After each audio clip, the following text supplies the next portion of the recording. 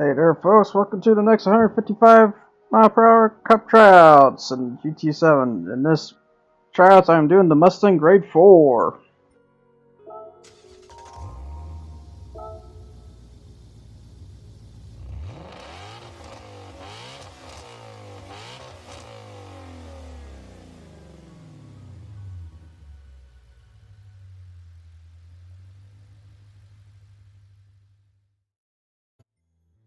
So here's the parts and things you can do to the Mustang Grade 4, which is kind of not bad, honestly.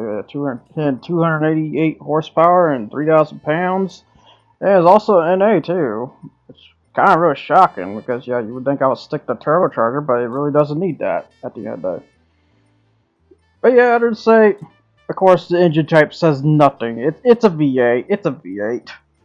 It's a Coyote V8, and underneath the Grade 4 at the end of the day, which, yeah, I have something really nasty to say about this car when we get to it, but for now, for parts, as the saying goes, it's basically race car parts overall. Yeah, just in 288 horsepower with 316.5 foot per pound torque. Not bad at all. And then, of course, we can't do Y-Buy, and there's no engine swap as of yet for this. Yeah, I would say as of yet, because there's a couple Grade 4s that have engine swaps. You won't realize it until the last second, because, for example, the NSX is one of them.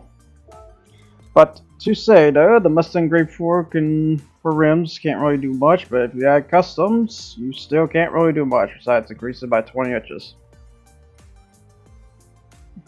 So what, you got Big D or something? As I guess. But yep, for the rim offset and rim stuff, just keep it standard. But I'm not surprised because Grade 4 limits on that at the end of it. So on to the engine tune-up here, which here's basically what I did to it. But yeah, I had to increase the body height for dang sure because this thing will slide like no tomorrow because it's a Mustang. Guess what a Mustang does? It's meant to be wild. But as you can see here, I also messed with the torque and the acceleration sensitivity a little bit too. In regards. Because I decided to just lower the torque to 5 because it really doesn't need it. And then the spoiler, as you can see there, I think it's on a high front and low rear setting, while the speed, or not speed, but the, what is that? God damn it, I moved too fast.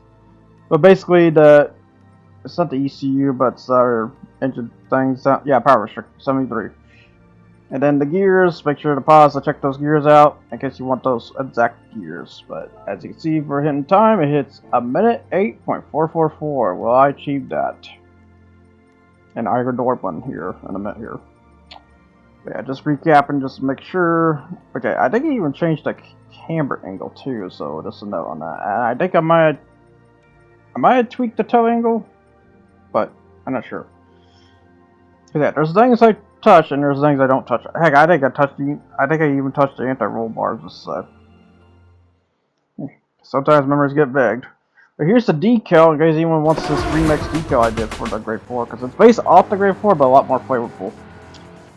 But the Mustang Grade 4 is I want to say, interesting cup car, because this car kind of actually makes sense for a cup car because of the discovery I found out about this specific Grade 4 here. Because for some reason, the Mustang Grade 4, just to say, I had other plans for this Mustang to be a GTX and stuff, and it didn't want to be a GTX. As in, it can't hit 200 miles per hour on a downdraft. Out of all the Grade 4 cars I have tested, this is one of the weirdest ones to me because it just simply cannot hit fast enough to achieve that. So that's kind of messed up, I'm not gonna lie. The Bugatti can though. You know, something that weighs like 3,600 pounds, but then again, a slipstream body. Because reminder, you gotta remember that while the Bugatti's heaviest tank, it has a slipstream body to compensate some of that loss, so to say. If any big loss they lost, it was the turning and stuff, so yeah, so be careful about turning tracks with that at the end of the day. But yeah, the Mustang Grade 4 is a very interesting machine in that case, because it kind of makes me wonder, in that case, is it better for the lower downs of that matter, so to say. Which I say yes and no on that. It's not technically better than the Scirocco, but there's some cases where it will be better than the Scirocco. You'll see here. But as of now, what we're hitting is a mid 9.114, which my camera gets all goofy sometimes on that. Well, no. Yeah, so let's look at the time for Iger Norwin, shall we? In terms of competition, even though I will say the Scirocco's not the competition anymore. It's the frickin' Jimny Swift that's the competition. But good luck beating that time, I'll just say. But yeah, minute 07.5 in Jimny's case, while the minute 0.08.156. Although I will note that it's really close to the time I achieved for the tune-up setup time, so there's a possibility. And considering I just did a 108.453. So there is definitely an evens between this to the Scirocco Grade 4, which I'm not surprised because FFs are definitely going to be superior when it comes to these corner-based tracks. When I say superior, I mean superior on the lower end of speed. Which the Mustang, surprisingly, hits that kind of level as an FR. Which is really shocking on that matter. Yeah, so we just go around this corner here, getting like 100, looks like 107 there. And such, so now I go back up to here, see how it hits, because I'm curious what's the acceleration. But then again, this ain't the best lap though, so I probably should wait till best lap to see the actual miles per hour, because I forgot to really check the scale on that too. But as such. Ooh, I think, was that 105? I think it was. Yep, just gonna admit 8.924 there. That's not bad. But it needs to be faster than a minute 8.1. So let's see if I can cheat that or not. But I will say I didn't get a faster time like a minute 8.449. So it's really close to the tune setup time. Super close. But apparently I even achieved something even better on this point of the lap here. So let's see here. We go on the roundabout of the snake corner, what they call it. Yeah, this looks like a big old giant snake on the way down. If you look at it, like a snake slithering. And go across the way from the bridge and go back right up to the mountain climb section. Yeah, because I don't know what these turns are actually called at the end though. Because I will say, tracks do have like names or nicknames when it comes to straights and corners and stuff, so it gets interesting sometimes. Like example for Le Mans, they have one that's called the Porsche curves. You can probably understand why on that. So how many times Porsche has won at Le Mans? 108. Oh, so close. A minute 8.246. Super close on that. Alright, so up to a good second here. After getting some stats together, because I didn't just realize I had to go get some stats real quick, so here's the stats. Which, as you can see for the stats, it's a speed of 8 out of 10 at 140 miles per hour on the Tokyo Straight climb. Or not climb, but Tokyo Straight. While acceleration, I would say also 8 out of 10 on 114 miles per hour on the Eiger climb, so to say. And then turning, I would say probably a 6. This gets a little unwieldy sometimes on me, considering what happened here. Be good. There is a definite proof right there. And for burning stats, yeah, this is where it gets kind of worse here. It gets 1/8 of tires left, so it's really bad around its tires. While the gas that is left is a third, so it's not the greatest on its whole endurance part, but on the sprint factor, it's pretty good on that part.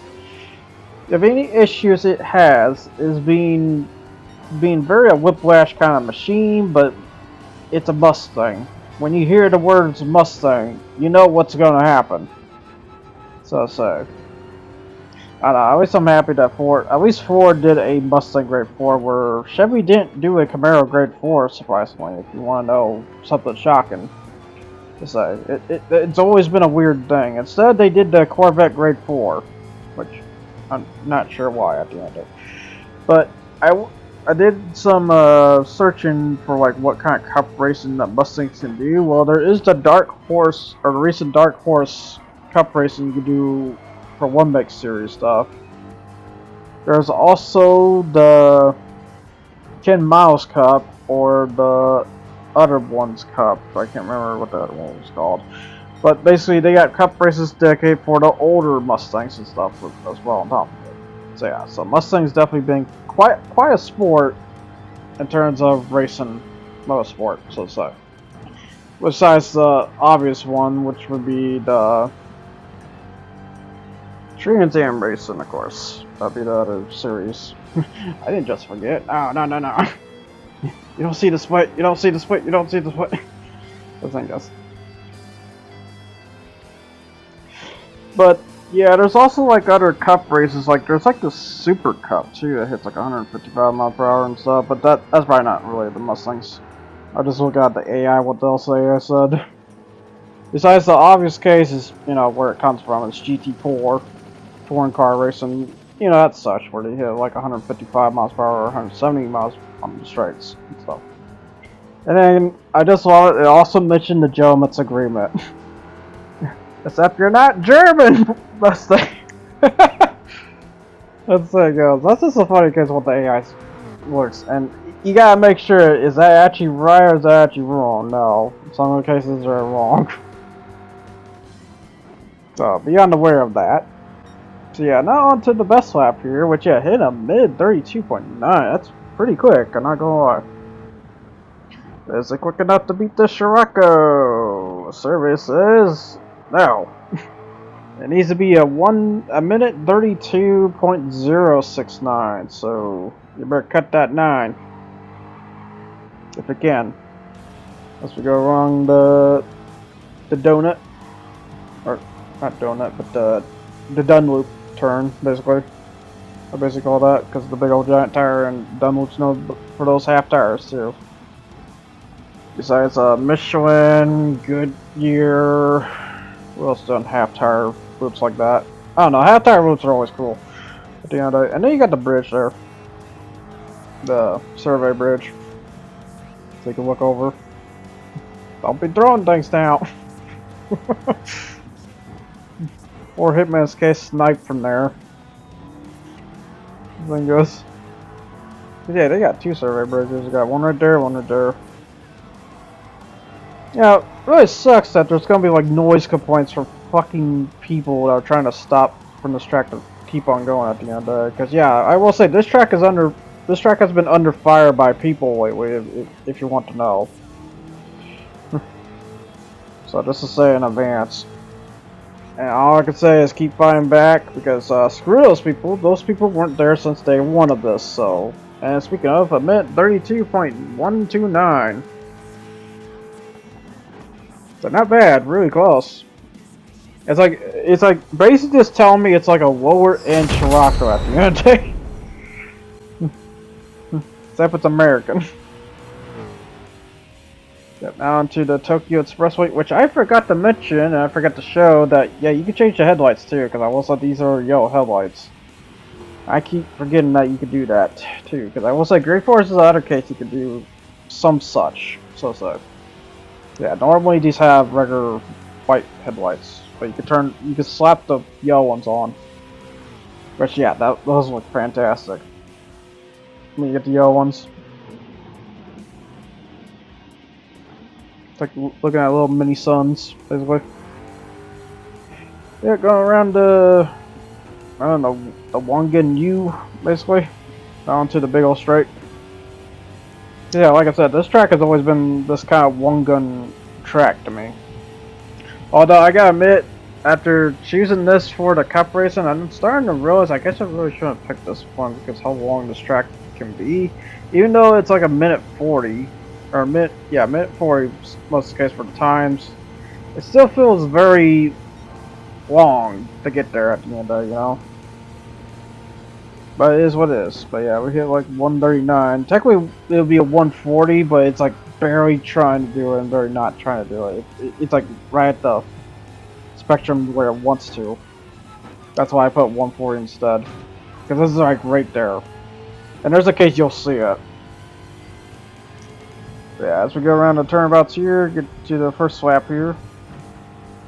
Like a minute 40. Because yeah, I think about maybe in the future try to dive into when it comes to picking tracks.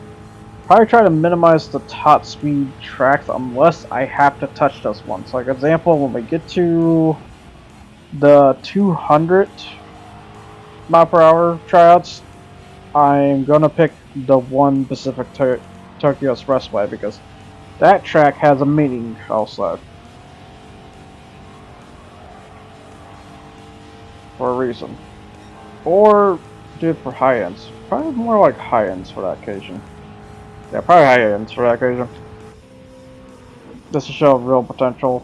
Even though definitely showing false potential if you have to set it for the 600 Wolf WC setting for the Pacific I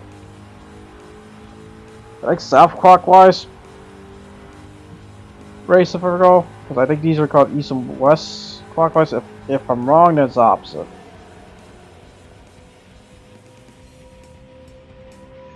Yep, so now I just get the Mustang Gr.4 there as the thing goes. But yeah, as the saying goes, if for those that don't know and probably realizing, oh hey, this is only 30 minutes, why is this only 30 minutes? Because I shrunk down the racing segment to be only like 10 minutes at this point. Because I still want to show it, I just don't want to, you know, just show just that. Or, you know, mostly just that, you know. And I do need to minimize some things while, you know, make it more restricted so that way it brings in a more of a tension when it comes to making these tryouts half the time. Because I don't want to just, you know, throw a video, call it good, and just hopefully the person watches it. But chances are, because they won't watch it because there's not enough things on the screen at the end, or not enough attention right there. To say, but yeah, we're hitting a minute 46.985 there, but then we hit a minute 46.445 though. So definitely close on that matters. Let's see how the Scirocco hit there.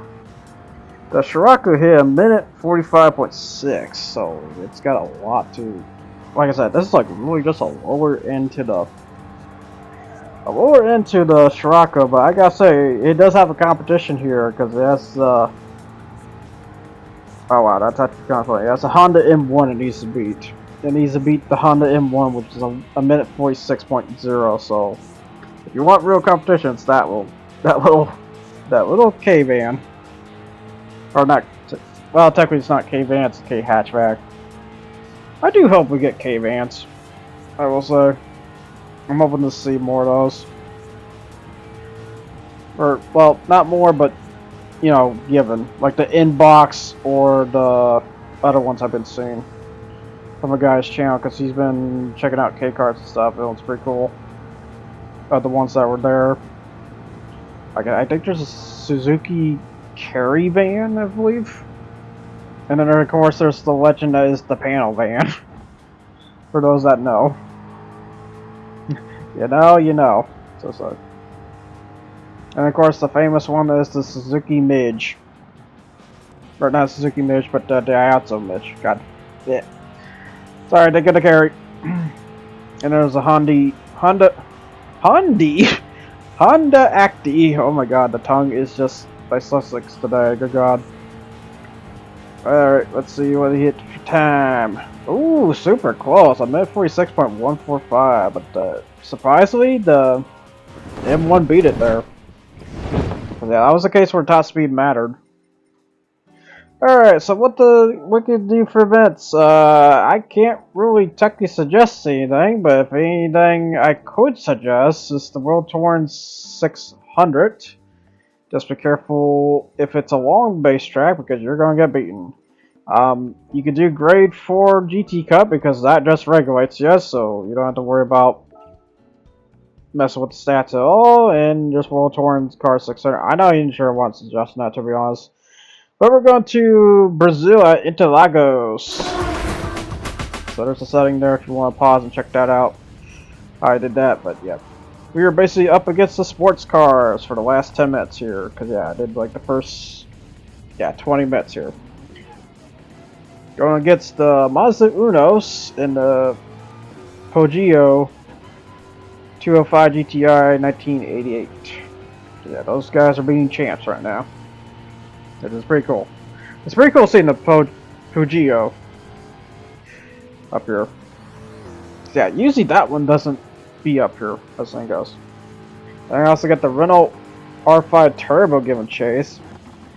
I'm really surprised. Was that in DTM? That feels like that should have been DTM because that was like the other choice Renault could do with these rear engine machines at the end of it. They could have chucked them in DTM. Sometimes I wonder. Unless is DTM very region specific, because reminder that, you know, Renault is French, so I don't know how specific they are about that. It still kind of shocks me the fact that France got so many automobiles, Germany has so many automobiles, but UK doesn't have squat when it comes to automobiles anymore. Besides Aston Martin, and I say loosely on that. I would say McLaren, but I think they're owned by Saudi Arabia, like one of those Saudi Arabia companies. That thing goes. So it's like most of the UK, you know, then I gotta say, UK's kind of fucked right now for whatever they've been doing. Especially with this one stupid prime minister they have been going around doing what the F he wants because he wants to regulate the control. Like, oh my god. What an idiot. But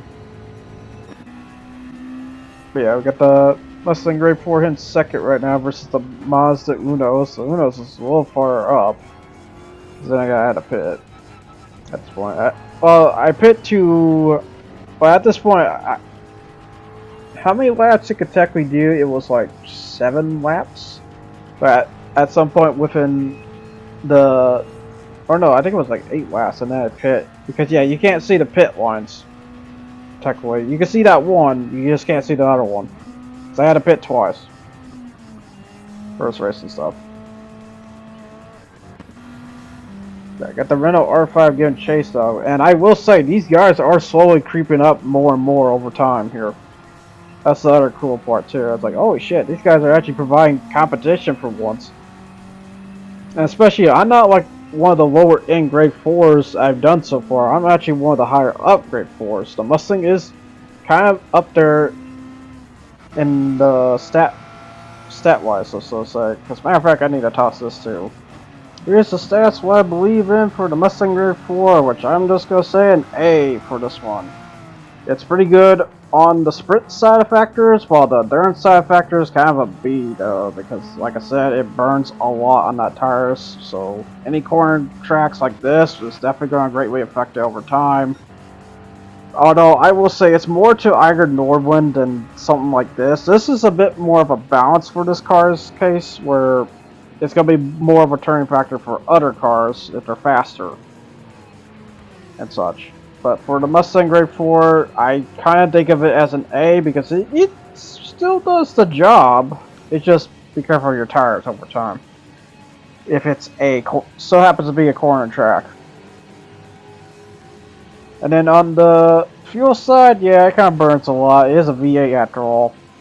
Big old size V8. Even without the turbo too, is what shocks me the most. It's like, oh, you figured it'd be less burning because it's an NA, but no, it's because of the sheer size of the motor.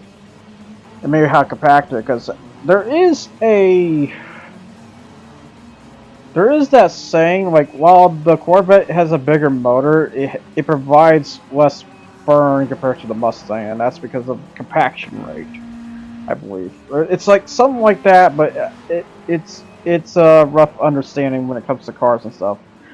That's like, you would think a cylinder or 4-cylinder high horsepower motor won't burn as much as a big V8 motor. No, that 4-cylinder could burn more than the V8. It really depends on the compaction and how much you're pushing into that motor at the end of it, especially when it's a turbo. Because yeah, there is the bad benefits of a turbo, besides providing the obvious case, which is acceleration and more torque. You trade for fuel and technical pollution too, because as of what I say here, there is been ongoing demands that car manufacturers need to veer away from turbo, which if I have any suggestion what to do instead of turbo, maybe hybrid system for that case. And that's a maybe. Or just have an alt fuel cell. I'm not really sure. I'm not really sure. I hope there's some kind of alternative fuel future in the future that's really good, but so far there hasn't been really anything to shine on that factor. But yeah. So now I just got the Renault R5 Turbo giving chase because the Mazda had to go in. Because yeah, he was... I will say, where that Mazda pit was where I should technically pit if I was going for the long endurance path like he was. But instead I pit early to keep my tires ready. Because yeah, you know, when it comes to racing, you might as well just switch out tires early so you don't, you know, burn your tires. Or you don't provide slower times, so you want to keep the times up pace, so that way you minimize any fat, so to say, of time. Any pad, so to say, I guess a bit better way of saying that. So yeah, I'm still hitting like a minute 44 going around the track at the end of the day. If you suddenly see a down climb of time, that could be because your tires are getting too low on the burn factor. But yeah, you won't technically see it that much in this case. Yeah, I definitely did pit around the 7th lap, as you can see there, in terms of the time gaps. So that's the only way you're gonna tell on that. If you notice, like, there's 2 minutes of 9. But yeah, in terms of cars chase after, which I love this, because yeah, it's the triplets once again. You had the Renault R5, the Silvia Q. However, I say triplet loosely because one's a funny one, besides the Jaguar E-Type here. I think we'll see in that too. You got the Mercedes 190 being a boss right now. However, I see a lot of bad things going on because they're in bad tires right now, bad fuel. I think he's going in. Did he win in? Yeah, he win. Yeah, he gone. Okay. That sucks. But then again, I think I burn like 15% fuel every time per lap, so yeah, he needs to go in. Because as the saying goes, he's not a Gr.4 car, so he's definitely going to be burning a lot more than I would. For damn sure. But unless your car's name so happens to be the Jaguar E-Type, because yeah, that's why the E-Type still sticks around in terms of competition, because it's high endurance factor. Because it's not just a car, it's technically a race car. Because that's how those sports cars were back then. They were technically like makeshift race cars. Which, gonna be honest, we should have kept it like that. Should have kept it like that. So now drive the Mustang Gr.4 to victory as he technically watched the real competition as between the Silvia Q, because the Silvia Q has just passed the R5 Turbo in second right now, while the R5 Turbo's in third. So let's see about the Jaguar having to pass the Renault then. Because yeah, the Renault is fast, but eventually the Silvia will get up to him. Because the Silvia is just way quicker. Or no, I take that back. The Renault's quicker, the Silvia's faster. Because then, look at this. Let's look at the duo battle. Good God, this happening again on that. But yeah, the Renault takes third that one. I think it took... No, it took third too. I think it was against the Jaguar though, and it almost beat the Jaguar, that one. I think a Mount Panorama racing one. If you haven't seen the Mount Panorama one, you might want to check that one out, which I'm trying to remember which car that was. I think it was the Jimny. But anyways, that basically wraps up for the racing and what I kind of think of the Mustang Gr.4. So here's the next car for the next tryouts, which is the Honda Beat 1991. Might change the vinyl, might not, I don't know. Who knows. But until then, people, I'll see you guys all next time. You guys take care and ciao. Thanks for watching, and I'll see you again for more. Well done, folks.